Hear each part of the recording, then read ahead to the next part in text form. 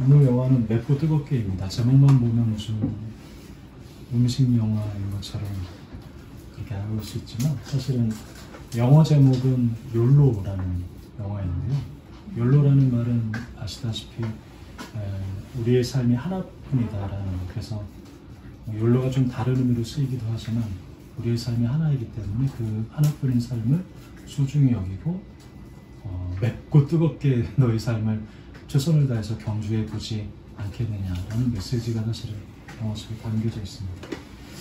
이 영화는 일본 영화 백엔의 사랑이라는 2014년도에 만든 일본 백엔의 사랑을 리메이크한 영화입니다. 10년 딱 됐죠. 그래서 중국에서 이게 리메이크가 돼서 만든 영화인데, 중국어 제목은 제가 발음이 어떨지 롤라 꼰타 이렇게 제가 이게 찾아보니까 이렇게 하더라고요. 올리고 내리고 맵고 데일 만큼 뜨겁다라는 의미입니다.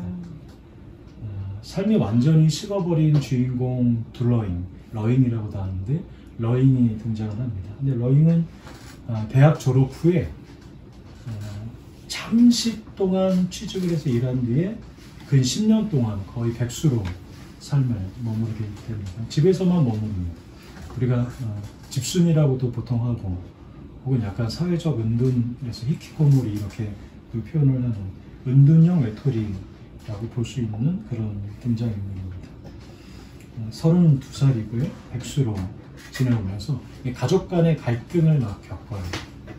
그리고 연인의 배신도 등장을 하고, 그리고 여러 가까운 이들로부터, 참 그렇죠, 전혀 모르는 사람들로부터 받는 상처가 아니고 가장 가까운 가족들, 사랑하는 연인, 다 그들로부터 받는 상처로 인해서 집을 나가서 살게 됩니다. 뜻하지 않은 계기로 권투 코치인 하오쿤과 매우 어색하게 만남을 시작을 해요. 굉장히 혹독한 훈련을 거쳐서 권투대회 자격 출전권을 따고, 그 과정을 통해서 그전에는 완전히 식어져 있었던 삶인데 영화 제목처럼 맵고 뜨겁게 그 자신의 삶을 변화시키는 그러한 내용이 담겨져 있는 영화입니다. 참고로 이 영화가 2024년도에 중국에서 개봉이 됐는데 막 난리도 아니었다고 그래요. 영화 끝나고 나서 뭐 1위인 거는 뭐 당연한 것이고 최고의 흥행작이었고, 이 영화로 복싱 붐이 막 일어나가지고 전부 중국 분이니까 이렇게 어쨌든 그런 굉장히 이슈가 된 영화라고 합니다. 첫 번째 영화 클립을 함께 보도록 하시겠습니다. 32세 우리가 봤던 러잉의 삶이 아주 오래전부터 그 생기를 잃어버리는 삶을 살게 되었습니다. 그는 매일 먹고 자는 일상만을 반복을 했죠. 그러니까 내가 생각한 대로 살아가는 것이 아니라 살아가는 대로 그냥 생각하고 그렇게 흘러가 버리는 삶을 무려 10년을 넘게 살게 됩니다. 그러다 보니까 분명히 한 사람으로서 존재하지만 투명인간 취급을 가족들에게도 또 그가 만나는 모든 사람들에게부터 받게 되는 것이죠. 집 안에서조차 그녀는 설 자리가 없었습니다. 사실 백수라는 이름표 하나가 어느 한 사람을 완전히 그냥 다 설명해 주는 거죠. 그 사람에게 있는 모든 어떤 장점이나 가능성이나 모든 것들을 다 그냥 그 이름표 하나가 그의 존재 전체를 대신하게 되는 것입니다. 심지어는 친동생, 아까 보면 이렇게 막 엄청나게 친동생 러단조차 가족이 아닌 짐처럼 그녀를 대하게 됩니다. 그뿐만이 아니죠. 그녀에게 샨이라는 남자친구가 있었는데 이 남자친구가 가장 가까운 친구인 그 릴리와 바람이 나서 그렇게 또 떠나가게 되죠. 영화를 보면 영화의 서두 장면에 이런 것들을 겪으면서 러잉이 마치 모든 것을 초탈한 듯 손에 솜사탕을 들고 길거리를 하염없이 걷는, 터덜터덜 걸어가고 있는, 마치 여러분 책 제목 중에 그 죽고 싶지만 떡볶이는 먹고 싶어 라는 것처럼 상황은 이렇게 심각하고 상황은 이렇게 죽고 싶을 만큼 모든 것들이 생기를 다 잃어버렸는데 이상하게도 그 본인은 그렇게 터덜터덜 아무것도 모르고 사는 사람처럼 그렇게 걸어가면서 영화가 시작이 됩니다. 하지만 그의 마음속에 본인은 잘 몰랐죠. 이런 것들이 상처로 자기 안에 이렇게 산처럼 쌓여가는 줄을 본인은 몰랐던 것입니다. 가장 가까운 사람이 또 받은 배신감, 또 상처들, 그런 것들이 오히려 더 깊은 마음의 골짜기를 만들어 놓고 그 안에 더 깊이 고립되어져 가는 그 자신의 모습이, 사실은 영화를 쭉 보다 보면 이 러인의 모습이 더 심각한 어려움 가운데 빠지는 것을 발견하게 됩니다. 두 번째 클립을 함께 보도록 하겠습니다.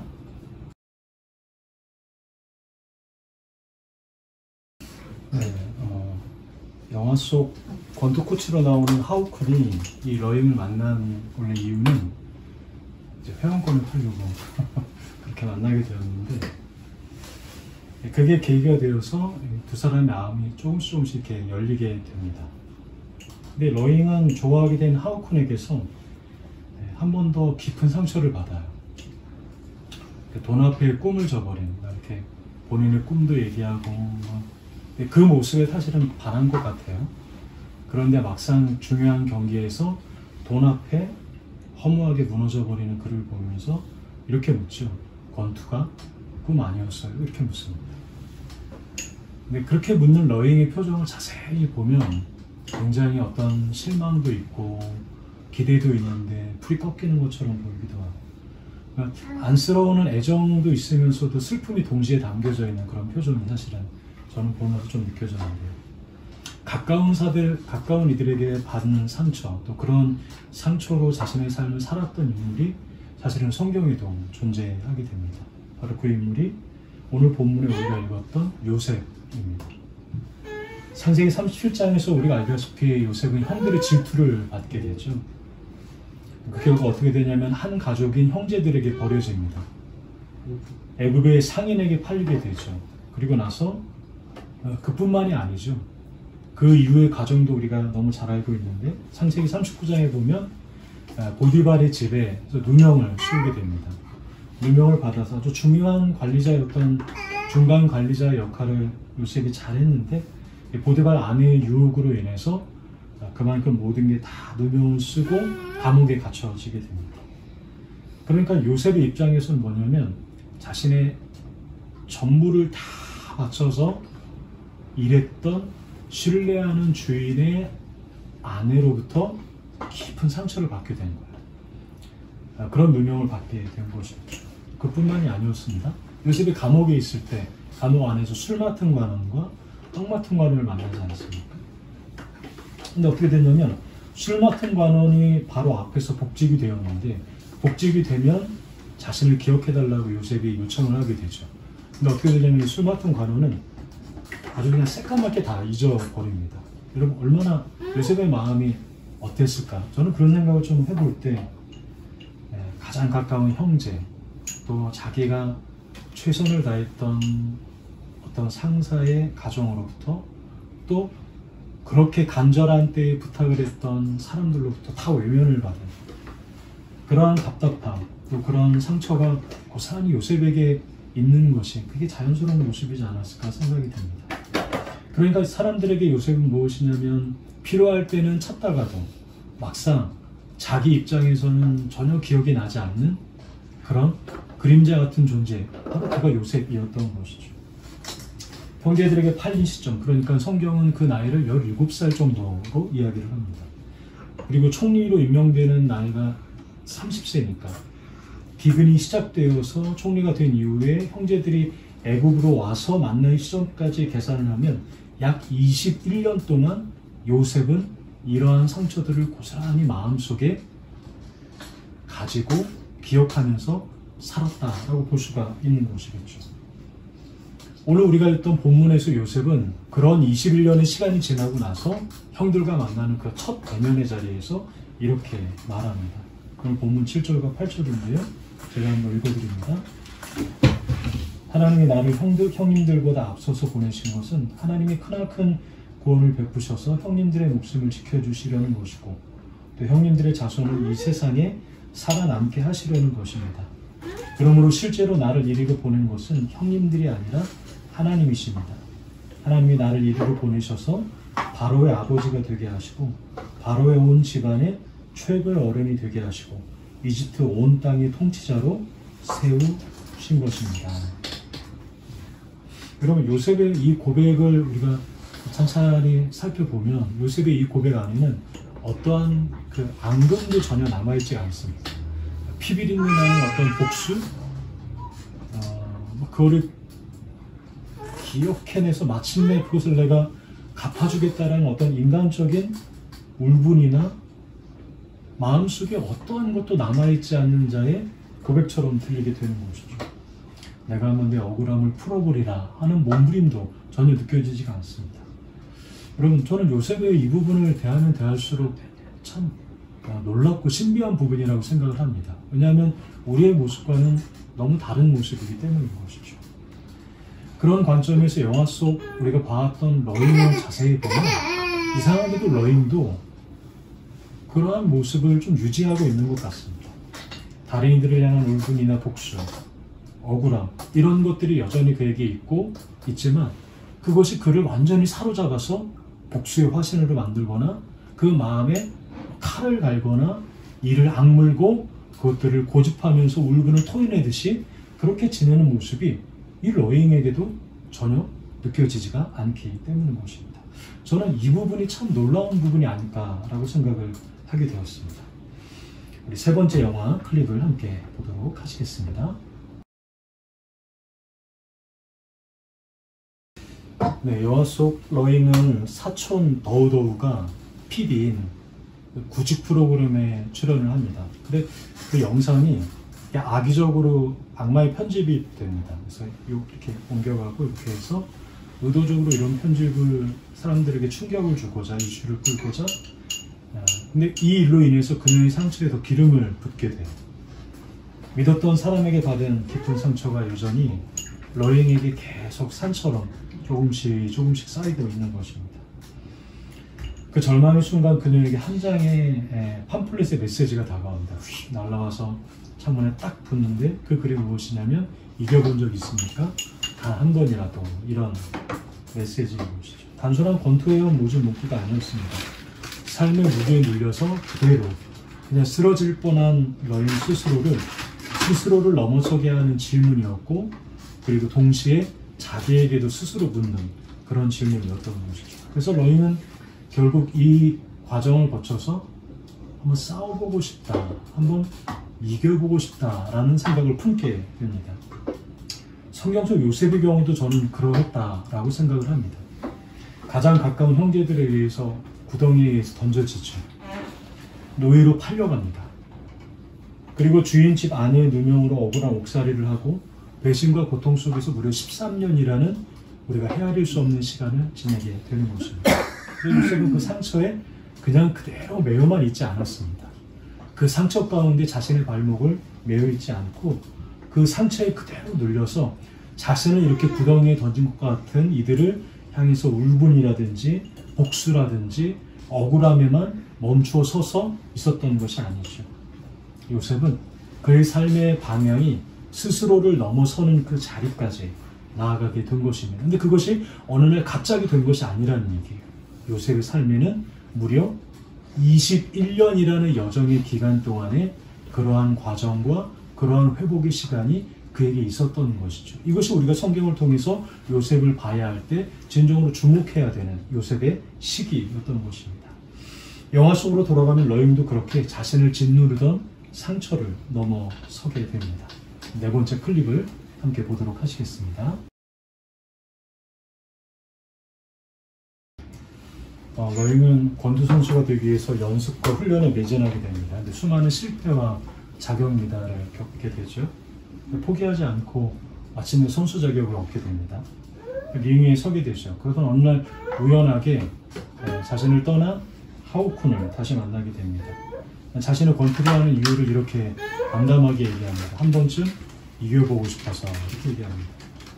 즉 자신이 이겨보고 싶은 싸움의 상대는 사실은 다른 사람이 아니었던 거고 자기 자신에 대해 스스로를 이겨보고 싶다라는 마음을 그렇게 표현했던 것이죠. 저는 이 부분을 보면서 이러한 부분이 성경 속 요셉도 이러한 마음으로 살았던 인물이지 않았을까라는 생각을 하게 되었습니다. 그럼 요셉의 모든 상황을 한번 보십시오. 그의 아픔, 가까운 사람들을 받은 상처, 그리고 수많은 배신들, 이게 인간적으로 어떻게 그 모든 것들을 감당할 수 있을까라고 생각해 볼 수 있겠느냐라는 것이죠. 인간적으로는 이겨낼 수 없는 아주 극한의 경험들, 그게 바로 요셉이 했던 경험들이었던 것이죠.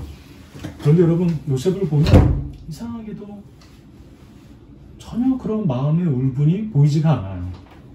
도대체 어떻게 그 모든 순간에 자신을 그렇게 넘어설 수 있었을까?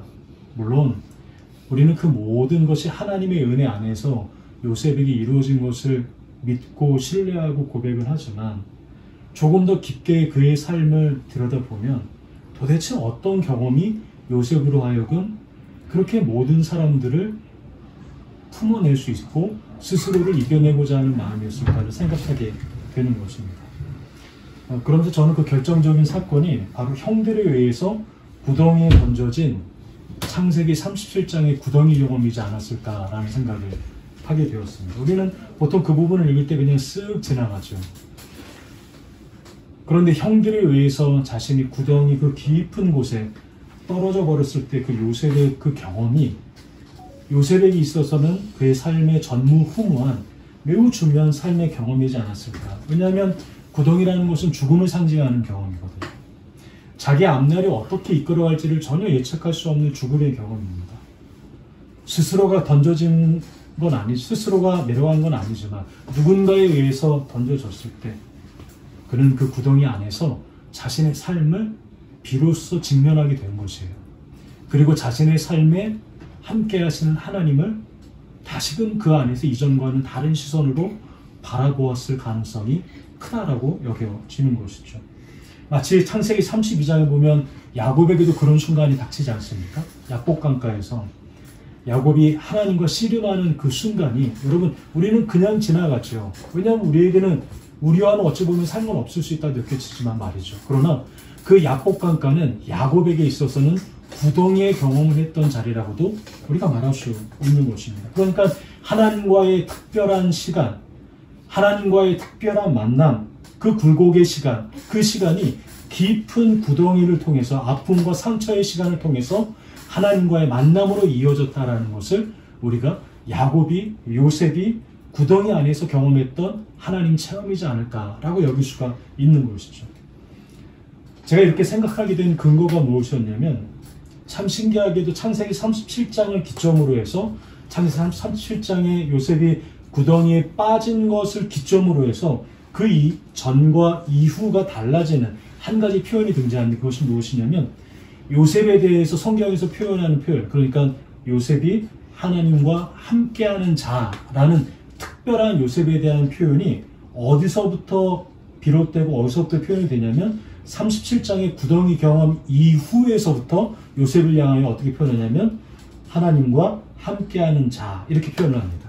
39장 2절은 이렇게 나와 있습니다. 여호와께서 요셉과 함께하심으로 그가 형통한 자가 되어. 39장 3절 또 여호와께서 그의 범사에 형통하게 하심을 보았더라. 여호와께서 그와 함께 하심을 보며.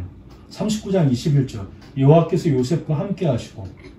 39장 23절 여호와께서 그를 범사에 형통하게 하셨더라. 이는 여호와께서 요셉과 함께 하십니다.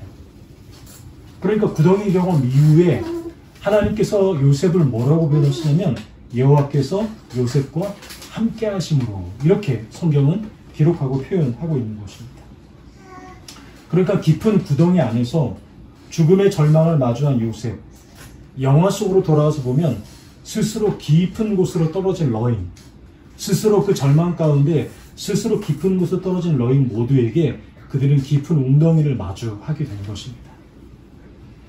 웅덩이를 맞이했다라는 것은 죽음의 시간을 경험했다라는 것이죠. 그리고 그 깊은 웅덩이에서 그렇게 사라져버리지 않고 자기 자신을 직면하게 되었고, 그리고 그 안에서 함께 하시는 하나님을 요셉은 바라보았던 것이죠. 그래서 스스로를 넘어서게 되었고, 러임도 그 나름대로 스스로를 넘어서는 경험을, 그 구덩이 경험을 통해서 넘어서게 되었다라고 보여지는 것이죠. 사실 돌아보면 지난 몇 달은 저에게도 그런 깊은 웅덩이와 같은 시간이었지 않나라는 생각을 하게 됩니다. 길을 잃어버린 것 같고, 그리고 좀 헤매는 것 같기도 하고, 저의 부족함과 또 저의 연약함 때문에 구덩이에 빠진 것 같은데 또 누가 나를 구덩이에 빠뜨린 것 같기도 하고 이게 잘 고스란히 이해가 안 되는, 그러나 나름 그러한 시간들을 마주한 시간이었기 때문이죠.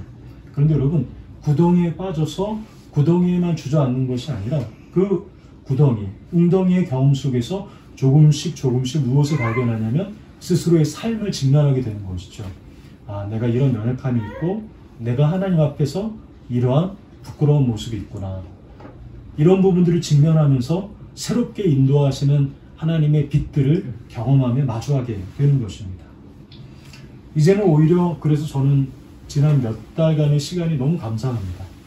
만약 그 시간이 없었다면 어떻게 이 자리가 있을 수 있겠습니까? 어떻게 이 자리에 우리가 함께 예배할 수 있고 우리가 그토록 하나님 앞에 마음을 다해 예배하고 찬양할 수 있을까요? 원망보다는 감사함이 더 큰 이유는 하나님 앞에서 내가 얼마나 부족한 사람이고 하나님 앞에서 내가 얼마나 그동안 교만했던 사람인지를 하나님께서 아주 적나라하게 보여주셨기 때문입니다.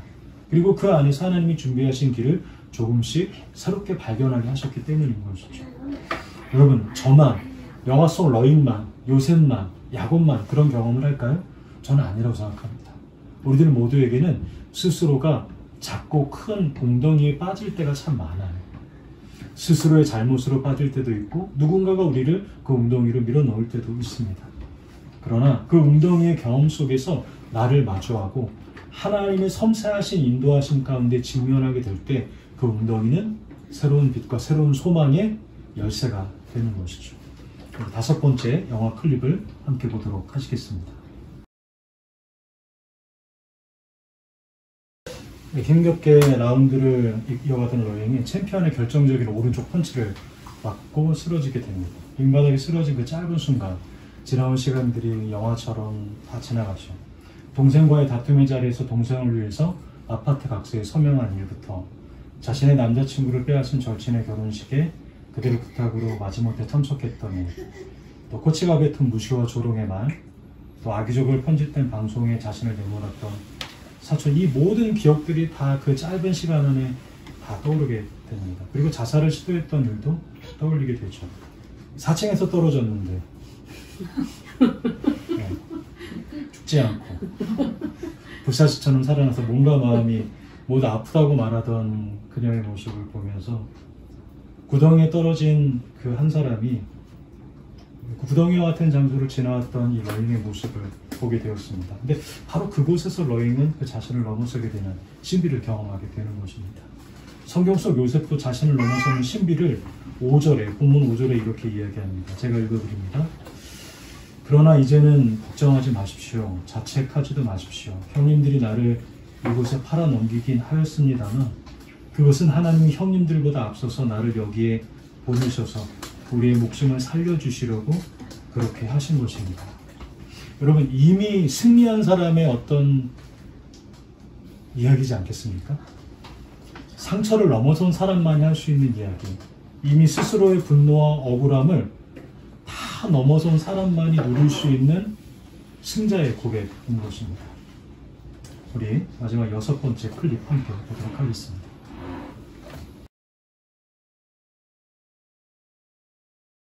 네, 영화 속 러잉이 경기장에 입장할 때 표정을 우리가 봤죠.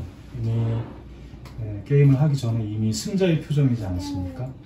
스스로를 향해서 또 과거의 자신이, 현재의 자신이 이미 싸우기도 전에 승자의 웃음과 승자의 표정과 같지 않나라는 생각을 저는 그 씬을 보면서 생각하게 됐습니다. 그러니까 이미 다른 누구와의 싸움이 아닌 거죠. 자기 자신과의 싸움에서 이미 승리한 싸움이라고 엄지를 치켜 세우는 장면. 주님이 사랑하시는 기쁨의 교회 여러분, 오늘 우리들에게도 살아가면서 여러 가지 삶의 구덩이 경험들, 또 상처의 흔적들이 여전히 존재합니다. 때로는 그것이 가장 가까운 사람들로부터 생겨나는 경우가 많죠. 그래서 가정 안에서 혹은 또 다른 가정이라고 얘기하는 교회 안에서 이상하게도 상처는 더 많이 생겨납니다. 그리고 그 아픔은 가깝다고 생각했기 때문에 유독 더 깊고 유독 더 자기의 마음에 선명하게 남길 때가 많죠. 그래서 우리의 삶은 쉽게 좌절하기도 합니다. 그런데 여러분,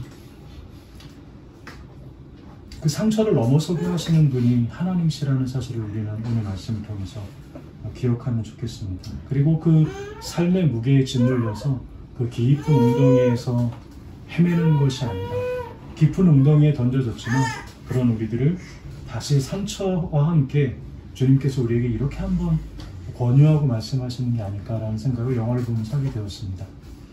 한번 나와 함께 이겨보지 않겠니? 한번 나와 함께 이 어려움을, 이 웅덩이를, 상처를 한번 넘어서 보지 않겠니? 그런 마음을 영화를 보면서 갖게 되었습니다. 마지막 영화 묵상 나누고 기도하고 마치겠습니다.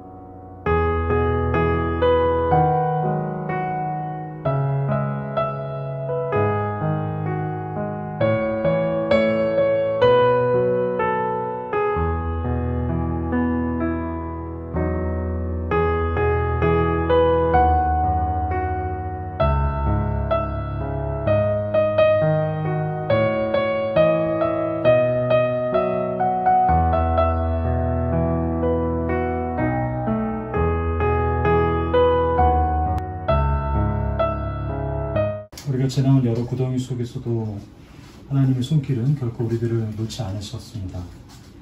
때로는 가장 가까운 이들, 그러나 그 상처가 우리의 발목을 붙잡을 때도 있지만 그 상처를 넘어서 힘을 주시는 분도 하나님이시다라는 사실을 기억하면 좋겠습니다. 우리가 오늘 말씀 속에서 보았던 요셉처럼 또 영화 속 러잉처럼 환경이 아니라 마음을, 또 다른 사람이 아니라 바로 나 자신을 하나님과 함께 이겨보며 여러분 살아가지 않으시겠습니까? 우리 영화를 생각하고 말씀을 생각하면서 잠시 묵상으로 함께 기도하도록 하겠습니다. 주님, 깊은 구덩이 속에서도 당신의 손은 우리를 놓지 않으셨습니다. 주님의 손길이 늘 우리를 붙드십니다. 가까운 이들의 상처와 아픔이 우리를 멈추게 할 때도 주님의 은혜가 우리를 새로운 길로 이끄소서. 우리에게 드리운 구덩이는 절망이 아니라 믿음의 시작임을 믿습니다. 주님의 빛으로 우리와 함께하소서. 예수님의 이름으로 기도합니다.